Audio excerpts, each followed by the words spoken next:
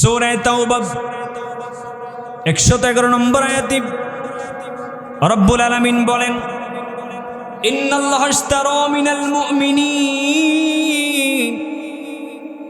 নিশ্চয় আমি আল্লাহ তাআলা মুমিনদের কাছ থেকে ক্রয় করে নিয়েছি, কিনে নিয়েছি। তাহলে বলেন তো দেখি, এই বাক্যটি অতীতকাল নাকি ভবিষ্যৎকাল? কথা বলতে হবে। বাক্যটি হলো অতীতকাল, পাস্ট টেন্স। আল্লাহ তাআলা এখানে বলেন নাই আমি মুমিনদের কাছ থেকে ক্রয় করে নিব, এই কথা আল্লাহ বলেন নাই। আল্লাহ বলছেন নিশ্চয় আমি মুমিনদের কাছ থেকে ক্রয় করে নিয়েছি, কিনে নিয়েছি। তাহলে আল্লাহ যদি মুমিনদের জান এবং মাল ক্রয় করে কিনে নিয়ে থাকেন, তাহলে জবান খুলে বলেন তো দেখি মুমিনের জান এবং মালের মালিক কে? মুমিনের জান এবং মালের মালিক আল্লাহ। কারণ ক্রয় করেছেন যিনি, মালিক হবেন তিনি, ঠিক না? ক্রয় করেছেন যিনি, আল্লাহ যেহেতু ক্রয় করেছেন, তাহলে ওই জান এবং মালের মালিক ওই আল্লাহ তাআলাই হবেন। উদাহরণ দিলেই পরিষ্কার হয়ে যাবে। মাওলানা আবুল কালাম আজাদ সাহেব, আমার শ্রদ্ধেয় ওস্তাদ, 2 বছর ধরে একটা গরু লালন পালন করেছেন। 2 বছর ধরে একটা বড় গরু লালন পালন করেছেন। গরুটি লালন পালন করার পরে এরপরে তিনি গরুটি কোরবানির বাজারে যখন বিক্রি করতে যাচ্ছেন, এলাকার লোকজন দেখে বলে, মাওলানা আবুল কালাম আজাদ তুমি তো ভালোই একটা গরু লালন পালন করেছ। কোরবানির বাজারে যখন নিয়ে গেলেন, ক্রেতারা যখন গরুটি ক্রয় করার উদ্দেশ্যে আসলেন, একই এলাকার জব্বার মিয়া গরুটি ক্রয় করতে গিয়েছেন। 2 লক্ষ টাকার বিনিময়ে গরুটি ক্রয় করলেন। কত? 2 লক্ষ টাকার বিনিময়ে আবুল কালাম আজাদ সাহেবের গরুটি তিনি ক্রয় করে নিলেন। গরুটি যখন ক্রয় করে নিলেন, 2 লক্ষ টাকা মাওলানা আবুল কালাম আজাদকে দিলেন। সাথে সাথে গরুর রশিটি এখন আর তখন আবুল কালাম আজাদের কাছে আর থাকবে না। গরুটি সাথে সাথে ওই এলাকার জব্বার মিয়া যিনি ক্রয় করেছেন, রশিটা তার হাতে চলে যাবে। কারণ ক্রয় করেছেন তিনি, মালিক হবেন তিনি। 2 বছর লালন পালন করেছেন, 2 লক্ষ টাকা পেয়েছেন, এটাই শেষ। সাথে সাথে মালিকানাটা ট্রান্সফার হয়ে গেছে। মুসলমান তাহলে বুঝুন, সূরা তাওবার 111 নম্বর আয়াতে রব্বুল আলামিন বলেন, দুনিয়ার মুমিন আমি তোমাদের কাছ থেকে তোমাদের জান এবং মাল আমি আল্লাহ ক্রয় করে নিয়েছি, আগেই ক্রয় করে নিয়েছি। তাহলে বলেন তো দেখি মুমিনের জান এবং মাল আল্লাহর কাছে হস্তান্তর, ট্রান্সফার করার প্রয়োজন আছে না নাই? যারা মুমিনের, যারা এই জান এবং মাল আল্লাহর কাছে হস্তান্তর করতে রাজি হবে না, তাদের ঈমানদার হওয়ার কোনো প্রশ্নই আসে না। যারাই রাজি হবে, মাল, জান এবং মালটা আল্লাহর কাছে যারাই বিক্রয় করার পরে তার হাতে যারা মালিকানাটা হস্তান্তর করতে পারবে, তারাই হলেন দুনিয়ার 1 নম্বর মুমিন। এই জন্য বন্ধু, ঈমানদার যিনি হবে তার প্রথম ঘোষণা হবে, কুল ইন্না সলাতি ওয়া নুসুকি ওয়া মাহইয়ায়া ওয়া মামাতি লিল্লাহি রাব্বিল আলামিন। আল্লাহু আকবার।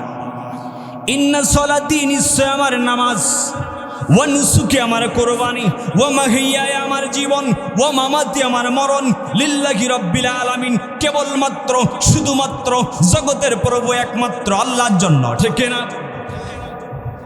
ও দুনিয়ার মানুষ, ঈমানদার যদি হতে চান, মুমিন যদি হতে চান, তাহলে আপনাকে আপনার জীবন, আপনার মরণ, আপনার কুরবানি সব কিছু আল্লাহর জন্য হওয়া লাগবে। এই ঘোষণা যদি আপনি দিতে পারেন, তাহলেই আপনি 1 নম্বর মুমিন। এই ঘোষণা প্রথম দিয়েছেন বিশ্বনবী মুহাম্মদ রাসূলুল্লাহ সাল্লাল্লাহু আলাইহি ওয়াসাল্লাম। এই জন্য তিনি হলেন দুনিয়ার 1 নম্বরের মুসলমান। এরপরে ঘোষণা দিয়েছেন মা খাদিজাতুত তাহিরা, তিনি হলেন 2 নম্বরের মুসলমান। এরপরে ঘোষণা দিয়েছেন হযরতে আবু বকর রাদিয়াল্লাহু তাআলা আনহু, তিনি হলেন এই দুনিয়ার 3 নম্বরের মুসলমান। এরপরে ঘোষণা দিয়েছেন তার চাচাতো ভাই আলী, তিনি হলেন 4 নম্বরের মুসলমান। ওভাবেই চলে আসছে, কিয়ামত পর্যন্ত চলতেই থাকবে। তাহলে ভালো করে বুঝুন, যারা এই ঘোষণা দিতে পারবে তারাই হবে দুনিয়ার 1 নম্বরের মুমিন। ও বন্ধু, কিন্তু সকলেই তো এই ঘোষণা দিতে পারবে না। আর এই ঘোষণা যারা যতক্ষণ পর্যন্ত না দিতে পারবে, জান এবং মালটা আল্লাহর কাছে হস্তান্তর না করতে পারবে, ততক্ষণ পর্যন্ত তারা পরিপূর্ণ ঈমানদার হতে পারবে না। এই জন্য আমরা দেখেছি যারা এই জান এবং মাল আল্লাহর রাস্তায় ট্রান্সফার করে দিয়েছেন, আল্লাহর কাছে হস্তান্তর করে দিয়েছেন, ওই সকল মানুষগুলোর উপরে হাজারো জুলুম অত্যাচার নির্যাতন করার পরেও তাদেরকে ঈমানের পথ থেকে 1 চুল পরিমাণ দূরে সরাতে পারে নাই। কথা বলেন ঠিক না বেঠিক? তাদের উপরে তাদের হাসি মুখে তারা ফাঁসির মঞ্চকে বরণ করে নিয়েছে। হাসি মুখে হাসতে হাসতে ফাঁসির রশিকে গলায় বরণ করে নিয়েছে, কিন্তু তদানীন্তন তাগুতি শক্তির কাছে তারা মাথা নত করে নাই, ঠিক না? তারা জীবন দিয়ে প্রমাণ করে দিয়েছে মুসলমান জীবন দিবে, কিন্তু মুসলমান কখনো তাগুত শক্তির কাছে ঈমান বিক্রি করতে পারে না। হাসি মুখে ফাঁসির মঞ্চে জীবন দিয়েছেন। আমরা এমনও দেখেছি, এমন আল্লাহর গোলাম বাংলাদেশে নজির করে গিয়েছেন, ফাঁসির মঞ্চে যাবেন এমন সময় সন্তানের সাথে গল্প করে, বাবা পায়জামা পরে যাব নাকি লুঙ্গি পরে যাব? আল্লাহু আকবার বলবেন না? কারণ তারা তো জানে এই জান এবং মালের মালিক আমি নই, জান এবং মালের মালিক কে? আল্লাহ। আল্লাহ যেহেতু জান মুমিনদের ক্রয় করে নিয়েছেন, এই জন্য আমি আল্লাহর কাছে জান এবং মাল হস্তান্তর করতে যাচ্ছি, মালিকানা তার কাছে দিতে যাচ্ছি। এই জন্য তারা হাসতে হাসতে সব কিছু ছেড়ে দিয়েছেন, কিন্তু তারা ঈমানের পথ থেকে 1 চুল পরিমাণ দূরে সরে যান নাই। কথা বলেন ঠিক না বেঠিক? আমরা এমনও দেখেছি আল্লাহর গোলামেরা ঈমানের পথে চলতে গিয়া তাদের ব্যবসা প্রতিষ্ঠানগুলো ধ্বংস করে দিয়েছে। জালিম স্বৈরাচারেরা তাদের আর্থিক প্রতিষ্ঠানগুলো তারা বিকল করে দিয়েছে। শুধু তাই নয়, এমনও হয়েছে তাদের তিলে তিলে গড়ে তোলা প্রতিষ্ঠানগুলো বুলডোজার দিয়ে ভেঙে গুড়িয়ে দিয়েছে। কথা বলেন না কেন? বুলডোজার দিয়ে ভেঙে গুড়িয়ে দিয়েছে। কিন্তু তারা তো বুঝেছে দুনিয়াতে যা কিছু হয় সব কিছুর ফয়সালা জমিনে হয় নাকি আসমানে হয়? কোথায়? আসমানে হয়। এই জন্য তারা সব কিছু হাসতে হাসতে বরণ করে নিয়েছে, কারণ তারা জানে মুমিনের জান এবং মাল তো আল্লাহর কাছে বিক্রি করে দিয়েই তারপরে মুমিন হওয়া লেগেছে। ও মুসলমান, কি বুঝলেন তাহলে? নিজেকে আপনি যখন ঈমানদার দাবি করতে যাবেন, তখন আপনাকে হাজারো পরীক্ষা দিতে হবে। আপনার সন্তান সন্ততি দ্বারা পরীক্ষা করা হবে, আপনার স্ত্রী পুত্র দ্বারা পরীক্ষা করা হবে, আপনার ফসল ফলাদি দিয়ে পরীক্ষা করা হবে, আপনার আর্থিক প্রতিষ্ঠান দিয়ে পরীক্ষা করা হবে। রব্বুল আলামিন বলেন, ওয়ালানাবলুওয়ান্নাকুম বিশাইইম মিনাল খাউফি ওয়াল জুই ওয়া নাকসিম মিনাল আমওয়ালি ওয়াল আনফুসি ওয়াস সামারাত ওয়াবাশশিরিস সাবিরিন। ওয়ালানাবলুওয়ান্নাকুম বিশাইইম মিনাল খাউফি ওয়াল জুই, তোমাদেরকে ফসল ফলাদি দ্বারা পরীক্ষা করা হবে, সন্তান সন্ততি দ্বারা পরীক্ষা করা হবে, ভয় দ্বারা পরীক্ষা করা হবে। আমি কি আল্লাহ দেখব না তোমাদের মধ্যে কারা সবর অবলম্বন করেছে, কারা ধৈর্য ধারণ করেছে? আমি কি আল্লাহটা পরীক্ষা করব না? এজন্য মুসলমান, আপনি যখন ঈমান আনতে যাবেন, ঈমানের সঠিক পথে চলতে যাবেন, আপনার এমন অবস্থা আপনার সামনে বিরাজ করবে যে আপনার সন্তান সন্ততির কাছেও তারা থাকতে দেবে না। ঠিক একইভাবে আমরা দেখেছি বিগত 16 বছর ধরে জালিম স্বৈরাচারেরা এদেশের ইসলামী আন্দোলনের নির্ভীক নেতা কর্মীদেরকে হাজারো মিথ্যা মামলা দিয়ে তাদেরকে বছরের পর বছর বাড়ি ছাড়া করে দিয়েছে, সন্তানের কাছে থাকতে দেয় নাই। এই যে আমাদের পার্শ্ববর্তী সাতপুর মাদ্রাসার প্রিন্সিপাল ছিলেন, সুপার ছিলেন মাওলানা আশরাফুল ইসলাম। মাওলানা আশরাফুল ইসলামকে তারা হাজারো মিথ্যা মামলা দিয়ে তাকে দেশ ত্যাগ করতে বাধ্য করেছিলেন। তিনি বহুদিন ভারতে পালিয়েছিলেন। দীর্ঘদিন পরে ছোট্ট একটা সন্তান ছিল, সন্তানের কাকতি মিনতি করার পরে তিনি দীর্ঘদিন পরে গভীর রাত্রে বাসাতে চলে আসলেন। বাসাতে যখন আসলেন তখন সন্তান বাবাকে বললেন, বাবা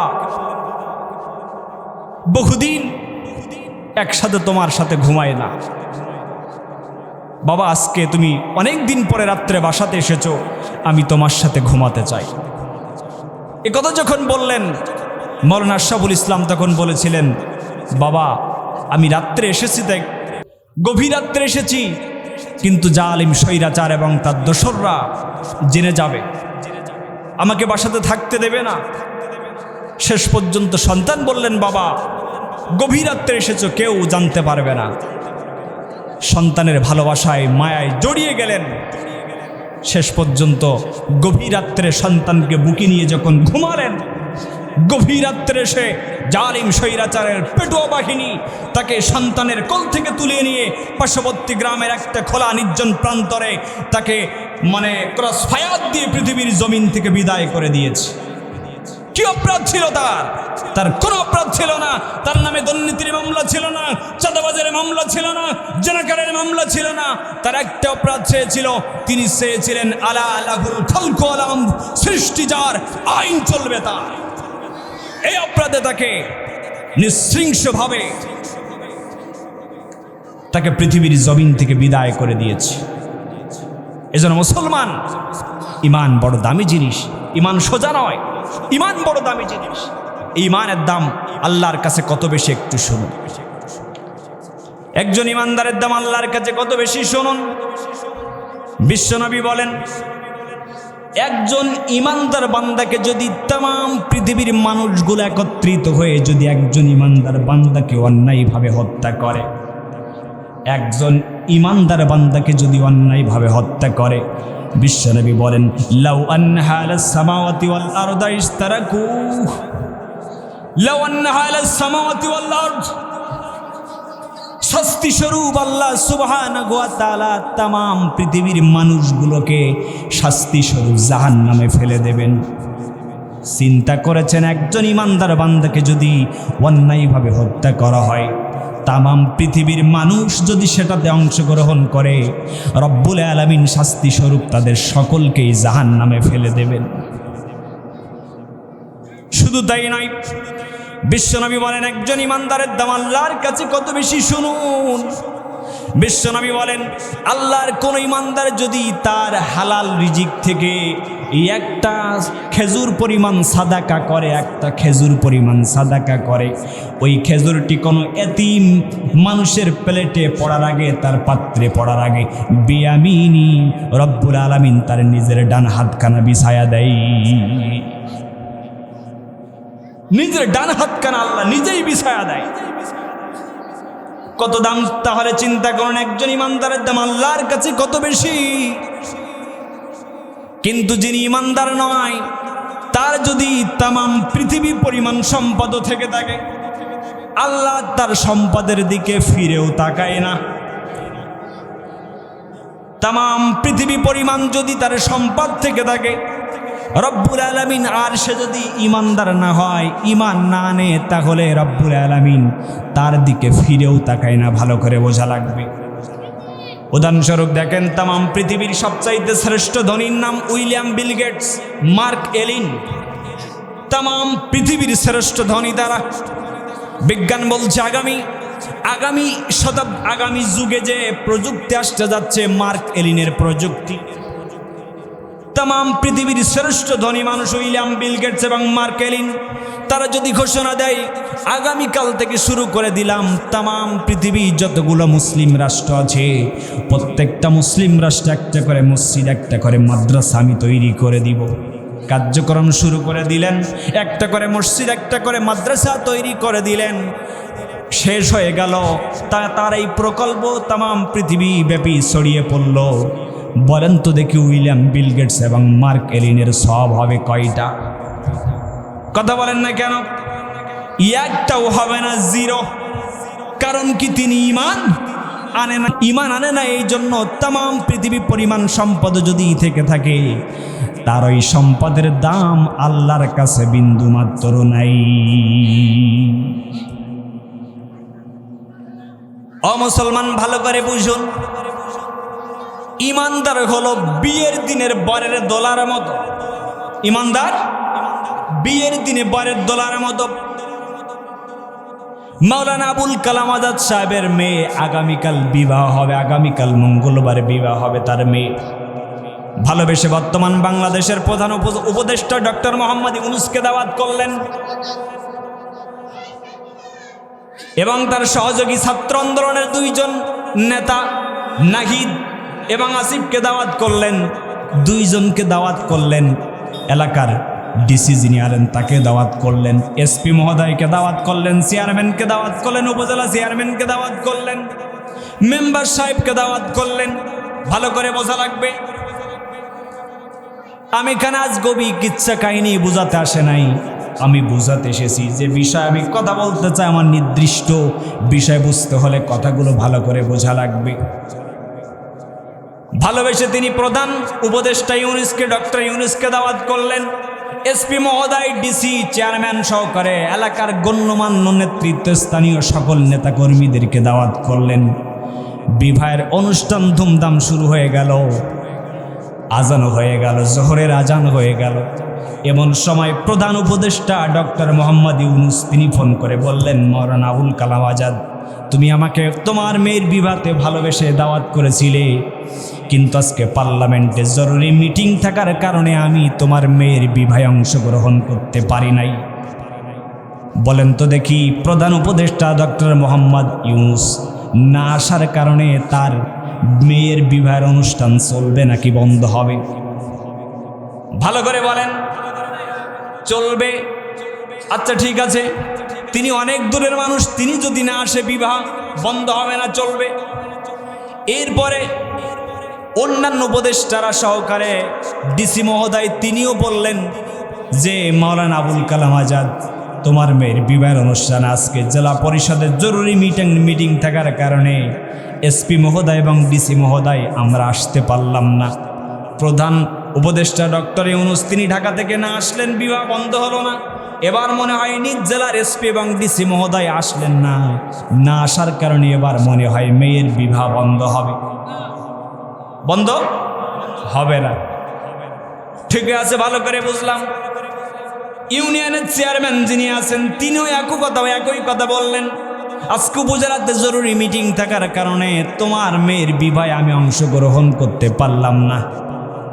এবার মনে হয় ইউনিয়নের চেয়ারম্যান যদি যেহেতু না আসলেন, বিবাহে এবার মনে হয় আর চলবে না। চলবে, মেনে নিলাম, এবারও বিবাহ চলবে। কিন্তু বিয়ের সময় যখন ঘনিয়ে আসলো, বিয়ের বর যিনি আছেন সাতক্ষীরা থেকে রওনা দিয়েছেন। এমন সময় কুলিয়া ব্রিজ পার হওয়ার পরে একটা ট্রাকের সাথে সংঘর্ষ করার ফলে বিবাহের বর যিনি তিনি মারা গেলেন। সংবাদটি মাওলানা আবুল কালাম আজাদ সাহেবের কাছে আসলো, তোমার মেয়ের বর যিনি হবেন তোমার কনের বর যিনি হবেন, দোলা যিনি হবেন, তিনি আসার পথে রোড অ্যাক্সিডেন্ট করে মারা গিয়েছেন। এই খবর যদি তার কানে আসে, বিবাহের অনুষ্ঠান চলবে নাকি বন্ধ হবে? শুধু বন্ধই হবে না, পুরো অনুষ্ঠানটাই পাংশা হয়ে যাবে। ও মুসলমান, কি বুঝলেন? এবার ভালো করে বুঝুন। বিয়ের অনুষ্ঠানে প্রধান উপদেষ্টা ডক্টর ইউনূস না আসলেও বিয়ে বন্ধ হবে না। এসপি মহোদয় আসলেন না, বন্ধ হলো না। ডিসি আসলো না, বন্ধ হলো না। ইউনিয়ন চেয়ারম্যান আসলো না, বন্ধ হলো না। কিন্তু বিয়ের বর যিনি আছেন তার একটা চোখ থাক বা না থাক, কানা হোক আর খোড়া হোক আর কুজো হোক, সে যদি আসতো পুরো বিবাহের অনুষ্ঠানটাই চলতো। বরং আবুল কালাম আজাদ সাহেব বলতেন, যদি তার মেয়ের বিবাহতে প্রধান উপদেষ্টা সহ বড় বড় অতিথিরা যদি আসতো, বিবাহের অনুষ্ঠানটারও ভালো হতো, প্রাণবন্ত হতো। কিন্তু ওই কানা বর যদি না আসে, কানা বরের কারণে বিবাহের অনুষ্ঠান যদি বন্ধ না হয়, কানা বর যদি না আসে, বিবাহের অনুষ্ঠানটা বন্ধ হয়ে যাবে। ও মুসলমান, কি বুঝলেন? কি বুঝলেন? ভালো করে বুঝুন। বিয়ের দিনে ওই ডক্টর মোহাম্মদ ইউনূসের চাইতে একজন কানা বরের দাম যত বেশি, কানা বরের দাম বেশি। কারণ বিয়ের দিনে যিনি বর হবে, ওই বরের মাথায় সবচাইতে বড় টুপিটাই থাকে, বড় প্লেটটাই ওই বরের সামনে থাকে। বিয়ের দিনে যেমন একজন কানা বরের দাম ডক্টর ইউনূসের চাইতে বেশি, ও মুসলমান কি বুঝলেন? একজন ইমানদারের দাম আল্লাহর কাছে তত বেশি। একজন ইমানদার যতদিন পৃথিবীতে বেঁচে থাকবে, ওই ইমানদারের কারণে আল্লাহ পৃথিবীটাও পর্যন্ত ধ্বংস করবে না। বিশ্বনবী বলেন, লা তাকুমুস সাআতু আলা হাদিন ইয়াকুলু আল্লাহ আল্লাহ। সহিহ মুসলিমের বর্ণনা, বিশ্বনবী বলেন, লা তাকুমুস সাআতু আলা হাদিন ইয়াকুলু আল্লাহ আল্লাহ। পৃথিবীতে যতদিন পর্যন্ত একজন আল্লাহওয়ালা মানুষ বেঁচে থাকবে, ততদিন পর্যন্ত আল্লাহ পৃথিবীটাকে ধ্বংস করবে না। ও মুসলমান, তাহলে একটু চলুন আমরা একটু গভীরে চলে যাই। চলুন আমরা একটু গভীরে চলে যাই। 1971 সালে বাংলাদেশ যখন স্বাধীন হয়েছিল, বাংলাদেশের জনসংখ্যা তখন ছিল 7.5 কোটি। কত? 7.5 কোটি। 1971 সালে 50 লক্ষ আপনি হিন্দু, বৌদ্ধ, খ্রিস্টান বাদ দেন, থাকে কত? 7 কোটি। 2024 সালের আদমশুমারির রিপোর্ট অনুযায়ী বলছে, বর্তমান বাংলাদেশের জনসংখ্যা হলো 18 কোটি। 2 কোটি আপনি হিন্দু, বৌদ্ধ, খ্রিস্টান বাদ দিয়ে দেন, থাকে কত? 16 কোটি। 1971 সালে বাংলাদেশে মুসলমানের সংখ্যা ছিল 7 কোটি। 2024 সালে সে বাংলাদেশের মুসলমান হয়েছে 16 কোটি। বেড়েছে নাকি কমেছে? শুধু বাড়ে নাই, বরঞ্চ দ্বিগুণের চাইতেও বেশি হয়েছে। আগামী 30 বছর পরে আরো বাড়বে নাকি কমবে? আরো বেড়ে যাবে। তাহলে তো লক্ষণে কয় কিয়ামত হওয়ার কোনো সম্ভাবনাই নাই। আছে? ও মুসলমান, কি বুঝলেন? আজকে ভোটার আইডি কার্ডে মুসলমানের সংখ্যা বেড়েছে, ইমানদারের সংখ্যা বেড়েছে। আজকে জন্ম নিবন্ধন কার্ডে মুসলমানের সংখ্যা বেড়েছে, কিন্তু বাস্তবে হলো 0। দিন যতই যাচ্ছে মুসলমানের সংখ্যা দিন দিন ততই কমে যাচ্ছে। মুসলমান আজকে দাড়িতে মুসলমান বেড়েছে, আজকে টুপিতে মুসলমান বেড়েছে, জুব্বাতে মুসলমান বেড়েছে, কিন্তু বাস্তবে হলো 0। সাদা কাগজ। আজকে আমি যদি এই কাগজে এখন লিখি পয়াকারণেরসি পানি, এটা কি পানিতে ভিজবে? ভিজবে না। আমি যদি এখানে লিখেই সরে আগয়ের সুদন্তান্ন আগুন, তাহলে এটা কি আগুনে পড়বে? পুড়বে না। আজকে লেখা আছে পানি, পানিতে ভিজবে না, লেখা আছে আগুন, আগুনে পুড়বে না। ও মুসলমান, ঠিক একইভাবে আজকে জন্ম নিবন্ধন কার্ডে মুসলমান বেড়েছে, ভোটার আইডি কার্ডে মুসলমান বেড়েছে। আজকে আদমশুমারি রিপোর্ট অনুযায়ী মুসলমানের সংখ্যা বেড়েছে, কিন্তু বাস্তবে দিন যতই যাচ্ছে মুসলমানের সংখ্যা ততই কমে যাচ্ছে। আজকে বাংলাদেশে 90% মুসলমান রাখতো না, 90% মুসলমান রাখতো না। বাংলাদেশে যদি 51% মুসলমান থাকতো, এ বাংলার 56,000 বর্গ মাইল আল্লাহর কোরআনের আইন দিয়ে চলত। যে বাংলার জমিনে 51% প্রকৃত যদি মুসলমান ইমানদার থাকতো, তাহলে বাংলার জমিন কোনোদিন ব্রিটিশদের তৈরি করা আইনে চলতে পারত না। বাস্তবে আজকে মুসলমান দিন দিন যতই যাচ্ছে, মুসলমানের ইমান ততই কমে যাচ্ছে, ইমান হারা হয়ে যাচ্ছে। মুসলমান ইমান বড় দামি জিনিস, ইমান বড় দামি জিনিস। তাফসিরের পরিভাষায় ইমানকে একের সাথে তুলনা করা হয়েছে। কত? এক। আর আমলে সলে নেক আমলকে শূন্যর সাথে তুলনা করা হয়েছে। আপনি ইমান এনেছেন, আপনার কাছে এক আছে। আজকে এখানে যদি 1000 টাকার একটি নোট থাকে, এটি 1000 টাকার একটি নোট, 1 দিয়ে 3টা শূন্য। কোম্পানি যখন একটি প্রিন্ট করেছে, সরকার যখন এটি প্রিন্ট করেছে, তিনি একটা ভুলে গিয়ে পাশে আরো 2টা শূন্য বৃদ্ধি করে দিয়েছেন। তাহলে এই টাকাটির কোনো দাম আছে? দাম নাই। বরং সেটি হলো জাল টাকা। 1 না দিয়ে যদি আরো 5টা শূন্য বৃদ্ধি করে দেয়, টাকাটির কোনো দাম নাই। ও মুসলমান, আপনি যদি ইমান না আনতে পারেন ঠিকভাবে, আপনি যতই আমলে সলে করেন, আপনার আমলের কোনো দাম নাই। আগে আপনি ইমান আনেন, এক তৈরি করেন, ভিত মজবুত করেন। যদি মজবুত করতে পারেন, এরপরে যত আমলে সলে করবেন, নেক কাজ করবেন, একের পিছনে অটোমেটিক শূন্য আকারে যোগ হয়ে যাবে। সুবহানাল্লাহি বিহামদিহি। এজন্য মুসলমান, ইমান বড় দামি জিনিস। আপনি যদি ইমান আনতে পারেন সঠিকভাবে, তামাম পৃথিবীর সমস্ত বাতিল শক্তি আপনার সামনে যদি আসে, তাদের সামনেও দাঁড়িয়ে আপনি বাতিলের রক্তচক্ষুকে 1 সেকেন্ডও পরোয়া করবে না। আজকে মুসলমান ইমান হারা হয়ে যাচ্ছে, ইমান শূন্য হয়ে যাচ্ছে। চলুন একটু চলে যাই সাহাবীদের জীবনের দিকে। ভাই অপারেটর, বিল কিন্তু আমারও বাকি, আপনারও বাকি, 2 জনের বিল কিন্তু বাকি। এমন হলে কথা বলবো কিভাবে? দ্রুত সাউন্ডটি ঠিক করার জন্য অনুরোধ করছি।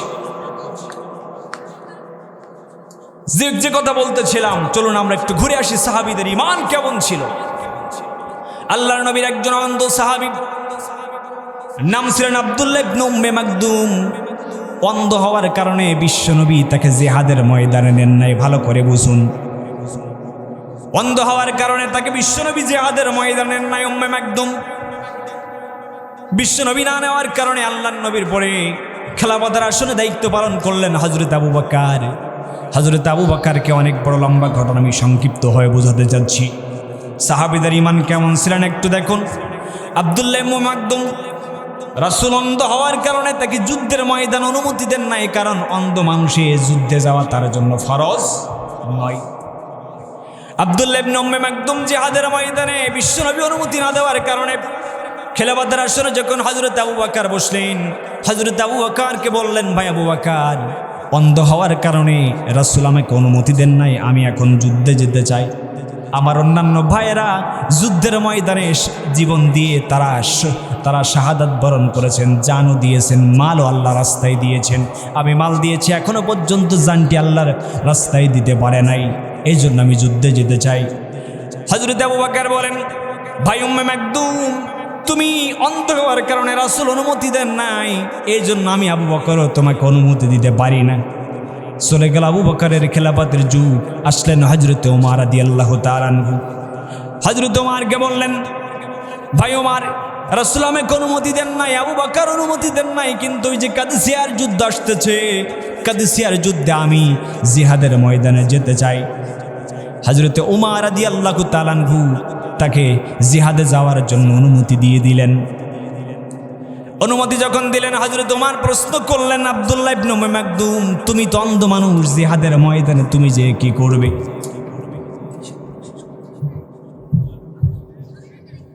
অন্ধ হওয়ার কারণে তুমি তো অন্ধ মানুষ, জিহাদের ময়দানে তুমি যে কি করবে? তুমি তো শত্রু চিনবে না, মিত্র চিনবে না। উম্মে মাকদুম বললেন, ভাই উমর, আমি শত্রু চিনব না, মিত্র চিনব না, কিন্তু প্রত্যেক যুদ্ধের ময়দানে মুসলমানদের একটা কালিমার পতাকা থাকে, আমি মুসলমানদের কালিমার পতাকা উড্ডীন করতে চাই। উম্মে মাকদুম জিহাদের ময়দানে চলে গেলেন। যুদ্ধ শুরু হয়ে গেল। উম্মে মাকদুম কালিমার পতাকা ধরে আছেন।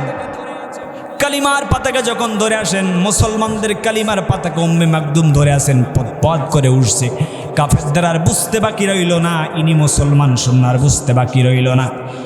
কাফের মুশরিকরা উম্মে মাকদুমের ডান হাতে আঘাত করলেন, ডান হাত জমিনে কেটে পড়ে গেল। কালিমার পতাকা বাম হাত দিয়ে ধরে আছেন, বাম হাতেও আঘাত করলেন, বাম হাত কেটে পড়ে গেল। এরপরে তিনি যখন দাঁত দিয়ে কালিমার পতাকা কামড়িয়ে ধরে আছেন, এমন সময় পরবর্তীতে কাফেররা তাকে গদ্দানাঘাত করলেন, মাথাটা দেহ থেকে আলাদা হয়ে গেল। জমিনে মাথাটি পড়ে রইল, কিন্তু উম্মে মাকদুম তখনও পর্যন্ত কালিমার পতাকা ছাড়ে নাই। ও মুসলমান, সাহাবীদের ঈমান কত ধারালো ছিল একটু চিন্তা করুন। সাহাবায়ে কেরাম জানও দিয়েছেন, মালও দিয়েছেন, আল্লাহর পথে দিয়ে যুদ্ধ করেছেন। কারণ তারা জানে এই জান এবং মালের মালিক আমি নই, জান এবং মালের মালিক আমি নই।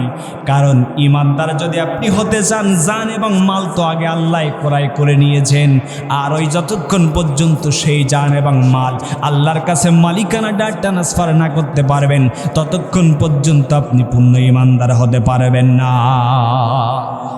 এই জন্য আসুন, আমাদেরকে জান্নাতে যেতে হলে একটা অন্যতম সত্য, সবচাইতে বড় সত্য, আগে ঈমান আনতে হবে। ঈমান আনার পরে আজকের আয়াতের আলোকে যদি জান এবং মাল আল্লাহর পথে বিলিয়ে দিতে পারেন, রব্বুল আলামিন বলেন আমি আল্লাহ তোমাদেরকে বিআন্না লাহুমুল জান্নাহ, তোমাদেরকে জান্নাত দান করব। সুবহান। কেমন জান্নাত দান করবেন? মা লাহু রাইয়াত ওয়ালা উযনু সামিয়াত খতরা আলা কলবি বাশা। এমন জান্নাত আমি আল্লাহ তোমাদেরকে দান করব। বিশ্বনবী বলেন আল্লাহ তোমাদেরকে এমন জান্নাত দান করবে যা তুমি তোমার কোনোদিন দুই চোখ দিয়ে দেখো নাই, কান দিয়ে শ্রবণ করো নাই, অন্তর দিয়ে কোনোদিন কল্পনাও করো নাই। সুবহানাল্লাহ বলবেন না? এমন বিশাল জান্নাত আমি আল্লাহ তোমাদেরকে দান করব, যে জান্নাতের প্রত্যেকটা ইট হবে স্বর্ণের এবং রৌপ্যের তৈরি দ্বারা। সুবহানাল্লাহ বলবেন না? দুবাইতে প্রতি বছর একটা মেলা হয়, বাণিজ্যিক মেলা, অনেক বড় ঘটনা, আমি সেদিকে যেতে চাই নাই। দুবাই বাণিজ্যিক মেলায় বাংলাদেশে একজন যুবক জয়লাভ করেছিলেন। তাকে জয়লাভ স্বরূপ সরকার ঘোষণা দিয়েছিলেন 5 কেজি স্বর্ণ। কত কেজি? 5 কেজি। 1 কেজি স্বর্ণেতে হয় 80 ভরি, 5 কেজি স্বর্ণেতে হয় 400 ভরি।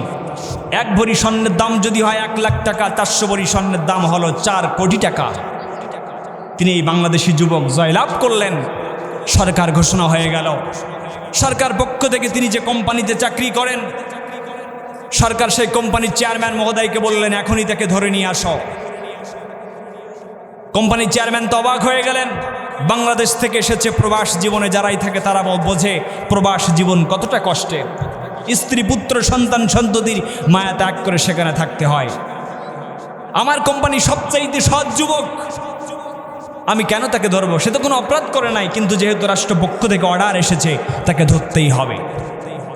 আমরা বিগত সময়েও দেখেছি এদেশের হাজারো আলেম ওলামাদের কোনো অপরাধ ছিল না, হাজারো ইসলামী আন্দোলন নেতাকর্মীদের কোনো অপরাধ ছিল না, কিন্তু এই স্বৈরাচার নাস্তিক খুনি, স্বৈরাচার সেই ডাইনি মহিলা তার নিজের ক্ষমতা টিকিয়ে রাখার জন্য হাজারো আলেম ওলামাদের উপরে মিথ্যা মামলা দিয়ে বছরের পর বছর কারারুদ্ধ জীবন যাপন করে ফাঁসির মঞ্চে ঝুলাতে তারা বাধ্য করেছে। বিশ্বের কিংবদন্তি মুফাসসিরে কোরআন, বিশ্বনন্দিত মুফাসসির আল্লামা দেলোয়ার হোসাইন সাঈদীর বিরুদ্ধে মিথ্যা মামলা দিয়ে অবৈধ ট্রাইব্যুনাল গঠন করে শেষ পর্যন্ত তাকে ষড়যন্ত্রভাবে হাসপাতালের মধ্যে ইনজেকশনের মাধ্যমে নৃশংসভাবে তাকে হত্যা করেছে। প্রত্যেকটা জালেমের বিচার বাংলার জমিনে হবেই হবেই হবে ইনশাআল্লাহ। কিন্তু এই বিচার হবে কোনো হাঙ্গা দাঙ্গামা লাঠি খুন চাষ করে না, বরংস আল্লাহর জমিন, আল্লাহর কোরআনের রাজ কায়েমের মাধ্যমে। মুসলমান, যে কথা বলতেছিলাম, ওই দুবাই যুবককে ঘোষণা দিলেন ধরার জন্য। দুবাই রাষ্ট্রপক্ষ ধরে নিয়ে গেলেন, হাসপাতালে নিয়ে গেলেন, সুস্থ মানুষ, ইমার্জেন্সি বিভাগে ভর্তি করালেন। কারণ কেন ভর্তি করালেন? ইমার্জেন্সি বিভাগে ভর্তি করার পরে তাকে বললেন যে তোমাকে এখনই তাকে একটা অ্যাবনর্মাল করার ইঞ্জেকশন প্রদান করো, আধা পাগল বানাও। কারণ কি? এই যুবক বাংলাদেশ থেকে এসেছে, 40,000 টাকা মাসে বেতন পায়, পরিবার পরিজনের সন্তান সন্ততির ভরণ পোষণের পরে আর তেমন কোনো অবশিষ্ট থাকে না। এখন যদি ঘোষণা করা হয় সে 4 কোটি টাকার মালিক হয়ে গিয়েছে, অতি আনন্দের ঠালায় হার্ট স্ট্রোক করে মারা যাওয়া লাগতে পারে। এই জন্য তাকে একটা অ্যাবনর্মাল করার ইঞ্জেকশন প্রদান করে। মুসলমান কি বুঝলেন? মাত্র 5 কেজি স্বর্ণের ঘোষণা শোনার পরে যদি আপনাকে অতি আনন্দের ঠেলায় হার্ট স্ট্রোক করে মারা যাওয়া লাগতে পারে, যদি ব্রেন স্ট্রোক করতে পারে, রব্বুল আলামিন ঘোষণা দিয়েছেন, দুনিয়ার মুমিন তোমরা যদি জান এবং মালটা আমি আল্লাহর আমার রাস্তায় যদি বিলিয়ে দিতে পারো, আমি রব্বুল আলামিন তোমাদেরকে 10 দুনিয়ার সমান যে জান্নাত দান করব। সে জান্নাত শুধু 5 কেজি স্বর্ণ নাই, যে জান্নাতের প্রত্যেকটা ওয়াল নির্মাণ হবে, প্রত্যেকটা দেয়াল নির্মাণ হবে ফেরেশতাদের তৈরি স্বর্ণ এবং রৌপ্যের দ্বারা। তুমি চিন্তা করেছো তুমি কত মিলিয়ন বিলিয়ন ট্রিলিয়ন অক্টোলিয়ন কেজি স্বর্ণের মালিক হয়ে যাবে। রব্বুল আলামিন এ কথা শুধু ঘোষণা কোরআনে দেন নাই, ওয়াদান আলাইহি হাক্কান ফিত তাওরাতি ওয়াল ইনজিল, পূর্ববর্তী 2টা কিতাবকে সাক্ষী রেখে আল্লাহ বলছেন যে আমি তাওরাত এবং ইনজিলকে সাক্ষী রেখে বলছি, আমি আল্লাহ তোমাদেরকে বিশাল জান্নাত দান করব। বলেন না সুবহানাল্লাহ।